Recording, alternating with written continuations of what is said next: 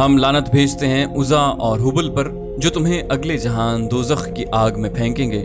ہم پجاری ہیں اس ایک اللہ کے جو رحمان اور رحیم ہے، اور ہم عاشق ہیں محمد صلی اللہ علیہ وآلہ وسلم کے جو اللہ کے رسول ہیں۔ خبیب رضی اللہ عنہ نے بلند آواز سے کہا، میرا راستہ وہی ہے جو زید نے تمہیں دکھا دیا ہے۔ اے اہل مکہ، سچا وہی ہے جس کے نام پر ہم قربان ہو رہے ہیں۔ ہمیں نئی زندگی ملے گی جو اس زندگی سے بہت زیادہ حسین اور مقدس ہوگی۔ ابو سفیان نے حکم دیا، باندھ دو انہیں ان کھمبوں کے ساتھ، یہ موت کا ذائقہ چکھنے کے مشتاق ہیں۔ دونوں کے ہاتھ پیچھے کر کے کھمبوں کے ساتھ جکڑ دیے گئے۔ ابو سفیان نے گھوڑا موڑا اور ہجوم کی طرف آیا۔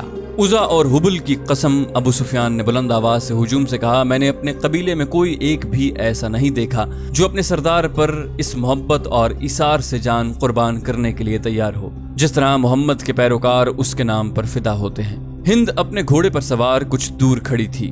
اس کے قریب اس کے چند ایک غلام کھڑے تھے۔ ایک غلام نے اپنے آقاؤں کو خوش کرنے کے لیے جوش کا ایسا مظاہرہ کیا کہ برچھی تان کر دونوں قیدیوں کی طرف کسی کے حکم کے بغیر بڑی تیزی سے دوڑا اور کھمبے سے بندھے زید رضی اللہ عنہ کے سینے پر برچھی کا اتنا زوردار وار کیا کہ برچھی کی انی زید کی پیٹھ سے باہر نکل گئی۔ زید بن الدثنا فوراً شہید ہو گئے۔ اس غلام نے سینہ تان کر ہجوم کی طرف خراج تحسین کی توقع سے دیکھا، لیکن ہجوم کچھ اور ہی قسم کا شور بلند کرنے لگا۔ تماشائی کہتے تھے کہ یہ کوئی تماشا نہیں ہوا، یہ مسلمان اتنی سہل موت کے قابل نہیں، ہمیں کوئی تماشا دکھاؤ۔ قتل کر دو اس غلام کو جس نے ایک مسلمان پر اتنا رحم کیا کہ اسے اتنی جلدی مار ڈالا۔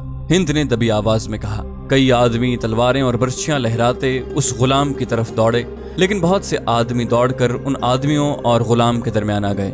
خبردار، پیچھے کھڑے رہو۔ ایک آدمی نے جو گھوڑے پر سوار تھا للکار کر کہا، عربی خون اتنا بزدل نہیں کہ دو آدمیوں کو باندھ کر مارنے کے لیے قریش کا پورا قبیلہ اکٹھا ہو گیا ہے۔ خدا کی قسم، ابو سفیان کی جگہ اگر میں ہوتا تو ان دونوں آدمیوں کو آزاد کر دیتا۔ یہ ہمارا خون ہے اور یہ ہمارے مہمان ہیں، ہم ان سے میدان جنگ میں لڑیں گے۔ یہ خالد تھا۔ ہجوم میں سے کئی آوازیں سنائی دیں، یہ ٹھیک کہتا ہے، دشمن کو باندھ کر مارنا عرب کی روایت کے خلاف ہے۔ تماشائیوں کے ہجوم میں سے بے شمار آوازیں ایسی سنائی دے رہی تھیں جو کہتی تھی کہ ہم تماشا دیکھیں گے، ہم دشمن کو اس طرح ماریں گے کہ وہ مر مر کر جیے۔ تھوڑی دیر بعد تماشائیوں کا ہجوم دو حصوں میں بٹ گیا کہ ایک گروہ خبیب رضی اللہ عنہ کے قتل کے خلاف تھا، اسے وہ عرب کی روایتی بہادری کے منافی سمجھتا تھا، اور دوسرا گروہ خبیب رضی اللہ عنہ کو تڑپا تڑپا کر مارنے کے نعرے لگا رہا تھا۔ خالد نے جب اہل مکہ کو اور دور دور سے آئے ہوئے تماشائیوں کو اس طرح ایک دوسرے کے خلاف نعرے لگاتے دیکھا تو وہ دوڑتا ہوا ابو سفیان تک گیا۔ خالد نے کہا، دیکھ لیا ابو سفیان، دیکھ لیں یہاں میرے کتنے حامی ہیں، ایک کو مار دیا ہے دوسرے کو چھوڑ دیں ورنہ اہل قریش آپس میں ٹکرا جائیں گے۔ ہند نے خالد کو ابو سفیان کے پاس کھڑے دیکھا تو وہ سمجھ گئی کہ خالد بھی خبیب رضی اللہ عنہ کی رہائی کا حامی ہے۔ ہند نے گھوڑے کو ایڑ لگائی اور ان دونوں کے پاس جا پہنچی۔ خالد، ہند نے سخت بپھری ہوئی آواز میں کہا، میں جانتی ہوں تم کیا چاہتے ہو، کیا تم ابو سفیان کو اپنا سردار نہیں مانتے؟ اگر نہیں تو یہاں سے چلے جاؤ، میں نے جو سوچا ہے وہ ہو کر رہے گا۔ ابو سفیان نے کہا، خالد، اگر تم سمجھتے ہو کہ میرا حکم اور میرے ارادے صحیح نہیں تو بھی مجھے ان پر عمل کرنے دو۔ اگر میں نے اپنا حکم واپس لے لیا تو یہ میری کمزوری ہوگی، پھر لوگ میرے ہر حکم پر یہ توقع رکھیں گے کہ میں اپنا حکم واپس لے لوں۔ خالد کو آج مدینہ کی ریاست میں یاد آ رہا تھا اور اسے افسوس ہو رہا تھا کہ اس نے ابو سفیان کا حکم مان لیا تھا۔ خالد کی خوبیوں میں سب سے بڑی خوبی نظم و نسق اور اپنے سردار کی اطاعت تھی۔ اس نے اپنے سینے پر پتھر رکھ کر صرف اس لیے ابو سفیان کا حکم مان لیا تھا کہ اہل قریش میں حکم عدولی کی روایت قائم نہ ہو۔ ابو سفیان نے دو گروہوں میں بٹے ہوئے تماشائیوں سے بلند آواز میں کہا، اے اہل مکہ، اگر آج یہاں دو مسلمانوں کے قتل پر ہم یوں بٹ گئے تو ہم میدان جنگ میں بھی کسی نہ کسی مسئلے پر بٹ جائیں گے اور فتح تمہارے دشمن کی ہوگی۔ اگر اپنے سردار کی اطاعت سے یوں انحراف کرو گے تو تمہارا انجام بہت برا ہوگا۔ ہجوم کا شور و غوغا کم ہو گیا، لیکن خالد نے دیکھا کہ اہل مکہ کے کئی ایک سردار چہروں پر نفرت کے آثار لیے واپس گھروں کو جا رہے تھے۔ انہیں دیکھ کر بہت سے لوگ بھی جو تماشا دیکھنے آئے تھے واپس چلے گئے۔ خالد وہاں رکنا نہیں چاہتا تھا، لیکن وہ خطرہ محسوس کر رہا تھا کہ دونوں گروہ آپس میں ٹکرا جائیں گے۔ اس کے اپنے قبیلے کے زیادہ تر لوگ تماشائیوں میں موجود تھے، وہ کم از کم اپنے قبیلے کو اپنے قابو میں رکھ سکتا تھا۔ ہند نے تماشے کا پورا انتظام کر رکھا تھا۔ اس کے اشارے پر 40 کمسن لڑکے جن کے ہاتھوں میں برچھیاں تھیں دوڑتے اور چیختے چلاتے ہوئے تماشائیوں میں سے نکلے اور خبیب رضی اللہ عنہ کے ارد گرد ناچنے اور چیخنے چلانے لگے۔ 2-4 لڑکے برچھیاں تانے ہوئے خبیب رضی اللہ عنہ تک جاتے اور دوڑ کر خبیب پر وار کرتے تھے، لیکن خبیب کو گزند پہنچائے بغیر ہاتھ روک لیتے۔ خبیب رضی اللہ عنہ بدکتے اور نعرہ لگاتے تھے، میرا خدا سچا ہے اور محمد خدا کے رسول ہیں۔ چند اور لڑکے اس طرح برچھیاں تان کر ان پر ہلہ بولتے جیسے خبیب رضی اللہ عنہ کے جسم کو چھلنی کر دیں گے، لیکن وار کر کے وار روک لیتے۔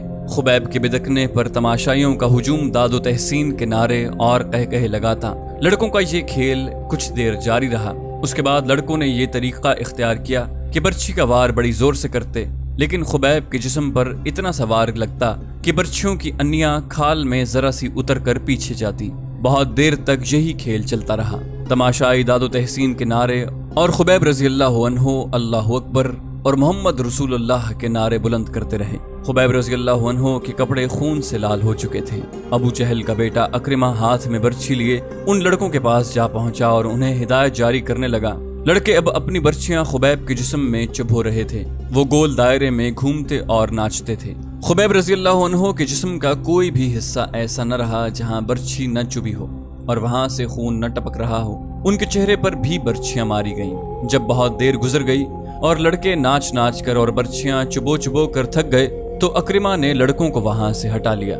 خبیب رضی اللہ عنہ خون میں نہائے ہوئے تھے اور ابھی زندہ تھے اور ہر طرف دیکھ رہے تھے۔ ان کے نعروں میں کمی نہیں آئی تھی۔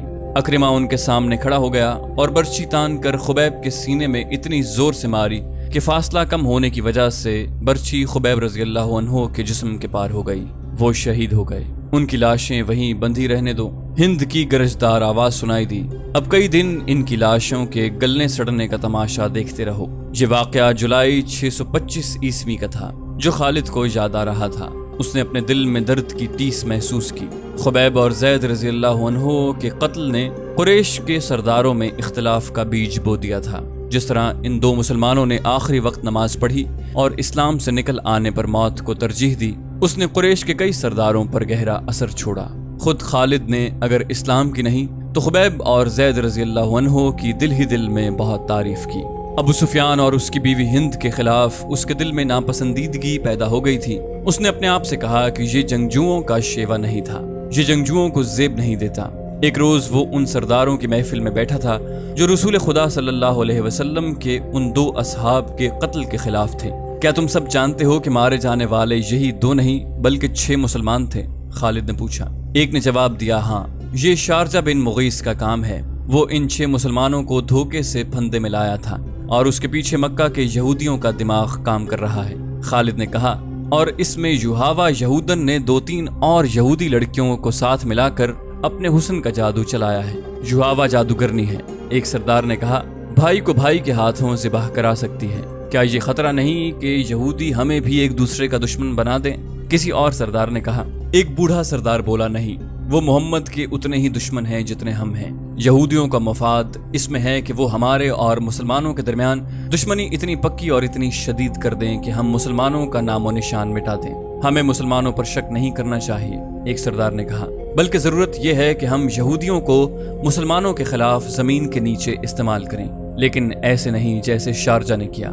خالد نے کہا، اور ایسے بھی نہیں کہ جیسے ابو سفیان اور اس کی بیوی نے کیا۔ کیا تم سب جانتے ہو کہ یوہاوا مکہ کے چند ایک یہودیوں کے ساتھ مدینہ چلی گئی ہے؟ بوڑھے سردار نے کہا اور خود ہی جواب دیا، وہ مدینہ اور ارد گرد کے یہودیوں اور دوسرے قبائلیوں کو مسلمانوں کے خلاف ابھاریں گے۔